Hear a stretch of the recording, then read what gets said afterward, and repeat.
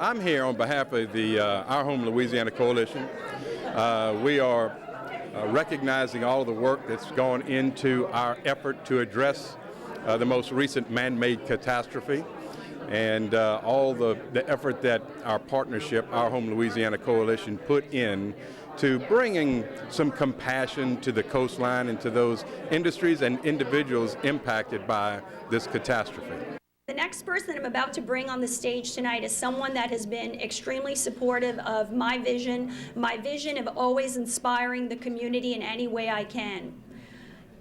And you'll meet him in just 1 second. Soon after the BP oil spill happened last summer, Mike Wrights, the CEO of Blue Cross and Blue Shield of Louisiana, met with his executive staff to discuss what they could do to help the people of South Louisiana.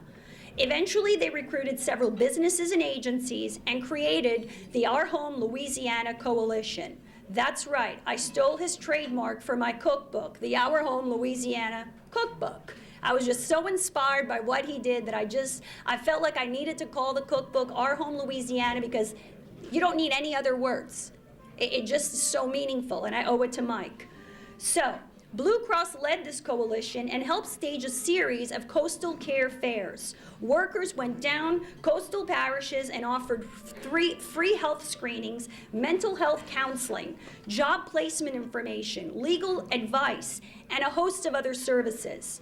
Blue Cross Blue Shield of Louisiana has also been my key partner in creating this cookbook. Today, I would like to salute Mr. Mike Wrights with an Our Home Louisiana Award for his leadership and his compassion for the people of our state. Let's give him a round of applause. Mike? Well, thanks, Marie. I appreciate it very much. It's my honor to follow Lieutenant Governor Jay Darden, very talented, and we're blessed as a state to have Lieutenant Governor Darden leading us in the promotion and the effort to address this issue that most recently happened to us as a result of this man-made catastrophe. Thank you, Lieutenant Governor Fitzmaurice, for being with us also. But I want to let you know that I'm honored to represent over 1,800 employees at Blue Cross, who, when you break open their heart, their DNA is help at its very core. And this was the opportunity that we saw to bring a business partnership to those coastal parishes that were impacted by this spill, and to extend a hand of gratitude and compassion in an effort to help people combat this terrible man-made catastrophe.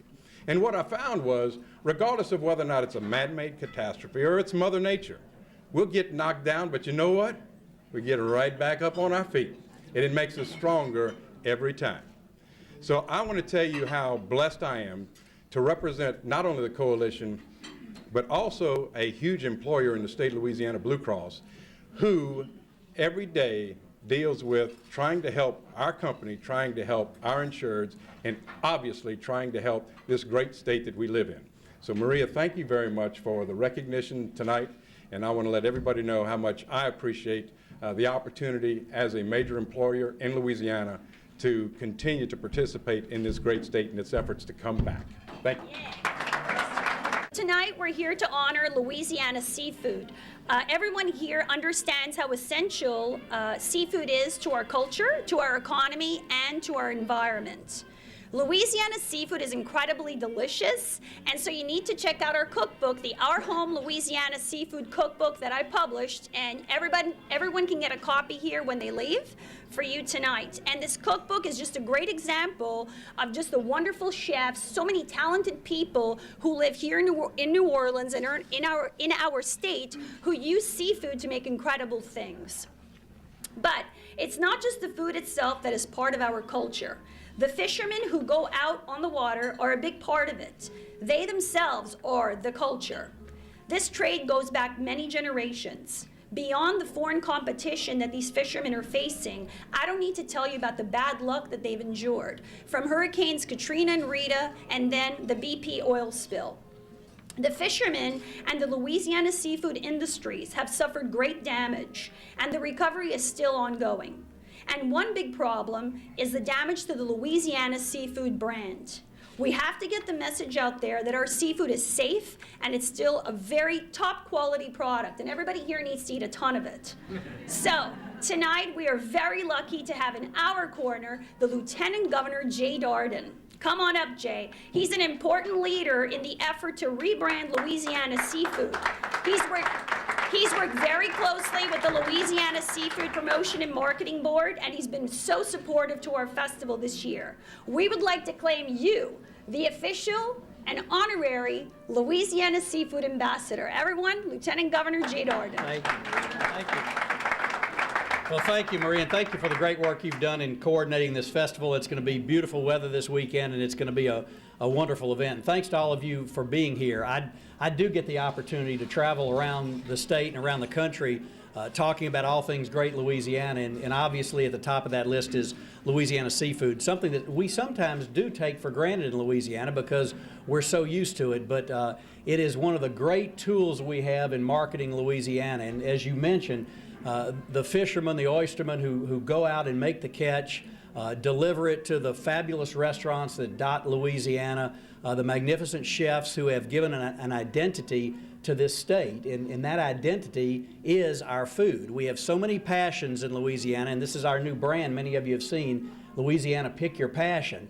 And our passions are food, our passions are music, our culture, our festivals, our recreational opportunities. Whatever someone outside of Louisiana has as a passion, they can indulge it here. And on the top of that list is our seafood. And to have a celebration like this that focuses on Louisiana seafood at a time that we're attempting to rebrand our state and also uplift our seafood industry, which has had challenges, to say the least, over the course of the past year or so, is very important. And the future of this festival, I think, is bright, thanks to so many of the sponsors who are here. And I want to thank all of you who have been sponsors of this festival to make it happen. And I want to recognize and thank Ewell and the Seafood Board that's doing so much to deliver the message around the country that Louisiana seafood is abundant, it is of the highest possible quality. It is the most tested seafood in the history of the world, probably. We ought to put mortar boards and summa cum laude certificates for all the seafood because they've been tested so much and they pass with flying colors.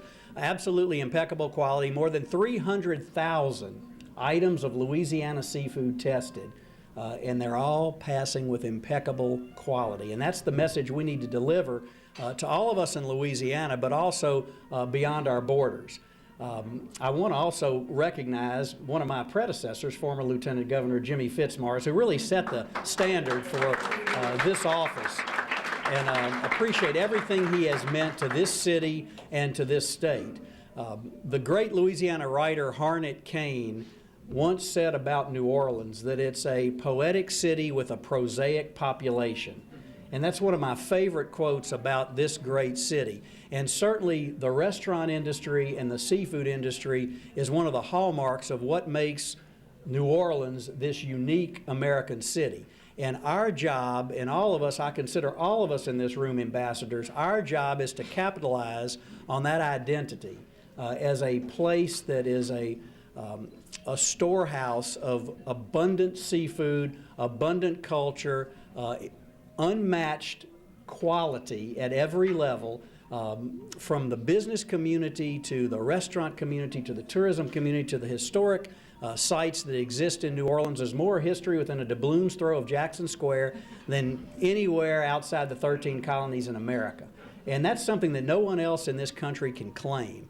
And New Orleans has the unique ability to capture so many different facets of what makes Louisiana special. And to celebrate our seafood like we're about to do this weekend is a great opportunity for us to look to the future and look to the bicentennial of statehood that takes place next year, the tricentennial of the founding of New Orleans, which is a few short years away. All these celebrations that we're going to be able to bring people back to Louisiana or introduce them to Louisiana. So this is just one of the many festivals that gives us that tremendous opportunity. So I'm delighted to be with you. Well, thanks to all of you who have made this great event possible. Please continue your commitment so that it can, as Ewell said, be one of the beacon festivals that adds to the great landscape that makes New Orleans special. Thank you very much. Everyone at at the Abita Brewing Company felt the fishermen's pain after the BP oil spill. So the brewers decided to develop a special brew called SOS for Save Our Shore. 75 cents of every single bottle of this brew went to the SOS Fund. Here in Louisiana, we drink lots of beer, and we especially love to drink it for a great cause. So in the end, the SOS Charitable Fund raised more than $255,000 for the oil spill relief. Isn't that just amazing? Round of applause. So here tonight to accept the Our Home Louisiana Award on behalf of Abita Brewing Company is Leo Bazil. Leo, come on up. Just a few brief words. We are so proud to be part of this festival.